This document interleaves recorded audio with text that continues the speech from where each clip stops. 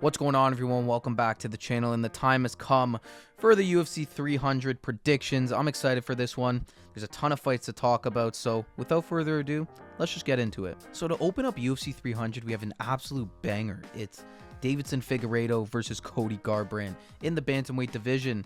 Figgy, this is going to be a second fight after Rob Font. He looked really good last time, and Cody Garbrandt seems to be on a bit of a resurgence in his career. He's picked up a couple of wins, not against great opponents, but I'm going to keep this one short. Figgy's going to go in there. He's going to take out Cody's lights. I could see it happening in the first round. This is one of my more confident picks on the card, to be honest. I'm taking Figueiredo for sure, and I think he'll get the finish just because I don't trust Cody's chin at all, and this is just a bit of a step up too much for him at this point. I think they should have just done the Dominic Cruz rematch. I think that would have been awesome, but sometimes it just doesn't work out like that. So yeah, Figueiredo by knockout. That's my pick. Up next, we have a fun one. Bobby Green versus Jim Miller. And I don't know. I think I'm going to be taking Jim Miller to win this fight. I mean, Bobby Green last time out, of course, he fought Jalen Turner. He looked kind of dumb in there, to be honest. He was doing just hands down. Didn't really look like he wanted to be there at all. And he got knocked out clean, and definitely a bit of a late stoppage. I mean, the ref should have took him off about 6 punches earlier, but I think he may have taken a lot of damage in that one. This might be a little bit too quick of a turnaround, but I don't know.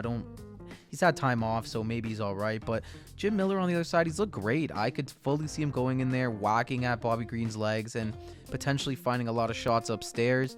And I could see him winning this fight. I think over a decision is the most likely, but yeah. Let's see. Jim freaking Miller. Let's see if he could do it, and I think he will, so that's the pick I'm going to go with. Next up, Jessica Andrade versus Marina Rodriguez. Another pretty fun fight. Probably one of the weaker ones on the card. This is probably your bathroom break, honestly. And yeah, I don't know. I'm kind of torn on this one, but I'm going to go with Marina Rodriguez. If Jessica Andrade decides to switch things up, take her to the ground, she can win this fight, but she doesn't really do that. She likes to strike with a lot of people, and I think Marina is the better striker. So yeah, Marina Rodriguez. To close off the early prelims, we have a super fun one.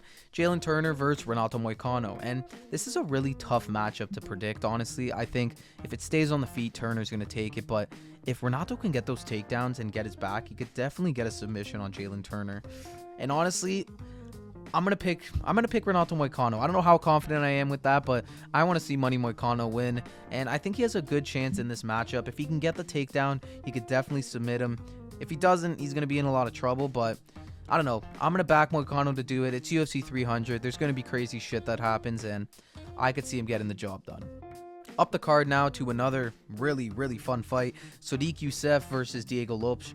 And I'm going to take Diego Lopes to win this fight. I mean, he's just looked so good in the UFC so far in such a short amount of time. Last time out, Pat Sabatini completely dismantled him. Of course, he had a great performance against Movsar Evloev on short notice. And I think he might just be a little bit better than Sodiq Yusuff. While I think Sodiq is going to be able to strike with Diego Lopes, I think Lopes is just going to get a takedown at some point, and he's going to be able to submit him. I don't think Sodiq looked horrible against Edson Barbosa, but I don't know. 5-round fights are different, and this is not a 5-round fight. This is a 3-round fight, so it's a different pace and a different tempo you're working with. I think Diego Lopes is just going to have a little bit more. I think he's going to be able to shine on a big stage for UFC 300, and I could see him definitely getting the victory. One of my other more confident picks on the card, too. Next up, Kayla Harrison versus Holly Holm.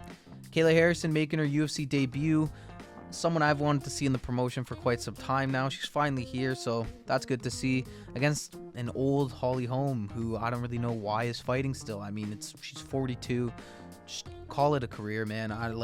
What if you win this fight? Sure, I guess you could potentially go fight for a title, but if you lose, what's really left for you?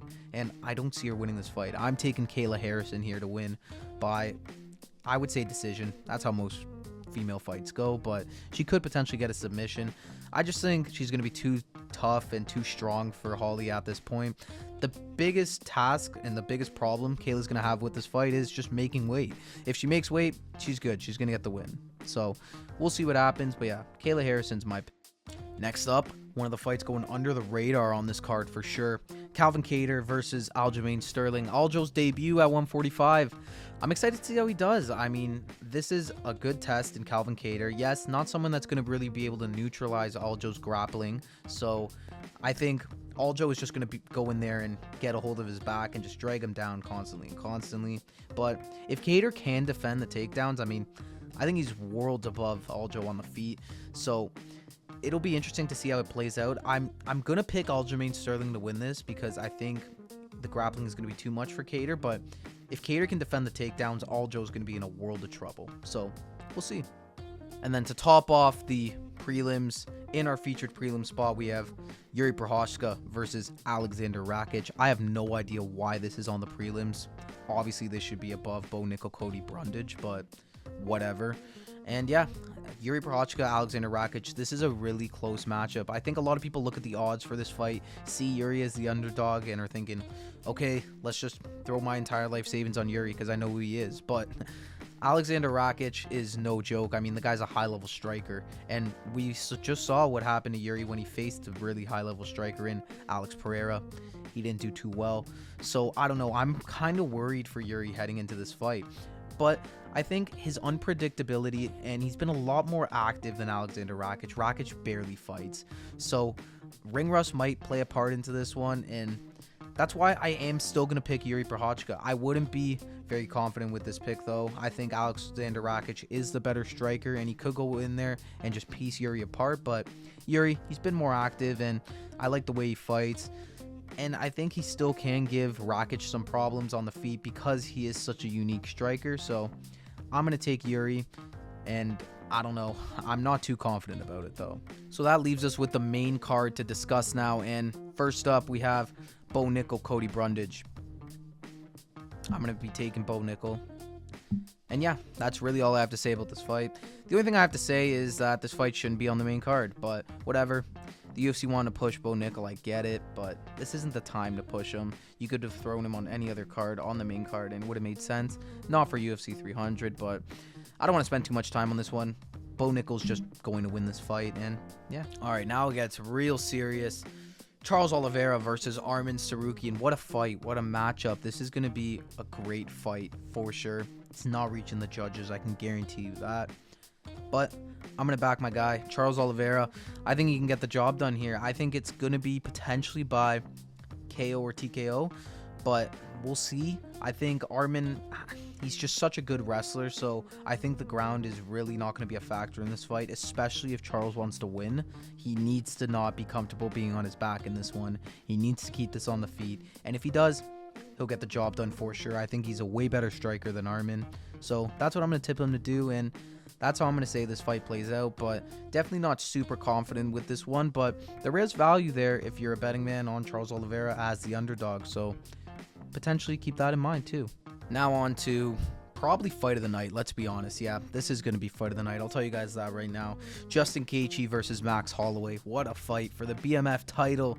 And a lot of people have some problems with the BMF belt. I don't at all, to be honest. I think it provides an opportunity to bring two of the most badass fighters together for a fight. So I don't really know why anybody would be complaining about that. As for my prediction, I've gone back and forth on this fight so much over the past week. You guys have no idea. But in the moment right now, I'm going to trust my gut. I'm going to say Max Holloway. It may not be the pick everybody was expecting, but it's the pick I'm going to make. Max, this is his first time coming up to lightweight with a proper bulk. Last time out against Poirier, he came in on 6 weeks notice. Wasn't really fair. Didn't have enough time to put on the proper weight. This time he has. Max looks big right now. He looks ready, and I think he is a better striker than Gaethje. Gaethje obviously has a very good chance at winning this fight. I would not count him out at all, but I don't think he's as technically sound on the feet as Max, and Gaethje's not shooting for double legs, let's be honest. So Max, I think, just might have a little bit more than him, and also once it hits the later rounds, I think his cardio will be a little bit better to push him over the edge and get the victory. I think this one will reach the judges, though. I don't think Gaethje can knock out Max, and I don't think Max can knock out Gaethje. So yeah, it's just going to be a 25 minutes. I think, yeah, this is 25 minutes. It's going to be a 25-minute war, and I'm pumped for it. So yeah, this is definitely fight of the night. My picks is going to be Max Holloway, and let's move on. In the co-main event, Zhang Wei Li versus Yan Xiaonan. for the undisputed strawweight title. What a fight, China versus China. This is going to be a banger. But I'm going to take Zhang Weili. I mean, I don't know how you could not take Zhang Weili in any fight. She fights now. I mean, she's clearly the best female fighter in the UFC. I don't even think that's a question anymore. Last time out against Amanda Lemos, I mean, that was as much of a one-sided beatdown as you're going to get. And that was in a title fight over 5 rounds. Her cardio is amazing. She is so good everywhere, no matter where the fight goes, on the ground, on the fence, in the open, anywhere. She is going to be able to dominate. And while I do think Yan Xiaonan is a great fighter and could give Zhang Weili some troubles on the feet, it's not going to be enough. Zhang Weili has too much experience and too much knowledge, and she's just too good. So yeah, Zhang Weili, either by TKO or submission or even decision. Who even knows? Zhang Weili is just going to win this fight. Ladies and gentlemen, that brings us to our main event, Alex Pereira versus Jamal Hill for the undisputed light heavyweight title. And I'm going to be taking Alex Pereira to win this fight. I think Jamal Hill's coming back a little bit too early from this Achilles injury. It's not an injury you should be rushing whatsoever, and I think he's rushing it a little bit for this fight. But I think Pereira's just going to beat at his legs for the first couple of rounds, and then it's going to create an opening later in the third, maybe the fourth, for Pereira to start going upstairs, and he'll find his chin, sit him down, and finish him from there. Which is unfortunate because I think Hill could actually put up a really good fight against Alex Pereira. I think he might even be the best matchup for Alex Pereira at light heavyweight right now. But because of the circumstances, I don't think it's going to be as competitive as it should be. So yeah, Alex Pereira, he's going to get the finish. Maybe if he takes no scratches, we'll see him at UFC 301 too. That'd be dope. It's unlikely though. And yeah, I'm just going to take him to win this fight because I think it just makes a lot more sense. I think ring rust is a big thing too. We haven't seen Hill in there for over a year. So yeah, Alex Poatan Pereira is my pick to defend his title at UFC 300. And there you have it. Those are my predictions for this amazing, legendary, awesome UFC 300 card. I mean, this truly might be the best card of all time. I'm so excited for these fights. You guys have no idea. So many bangers, so much fun to be had. And stay tuned for more content. I'm going to be dropping a lot more bets as I make them throughout the week for this card. There's a lot of fun bets to be made here. There's a lot of money to be made. And stay tuned for those, as those will be coming out on the channel over the next couple of days. Thank you all for watching once again, and let me know some of your picks down below in the comments. Do you agree with some of my decisions? Do you not agree? Let me know. I'm always interested to hear what you guys have to say. And yeah, thank you all for watching, and I'll see you in the next one.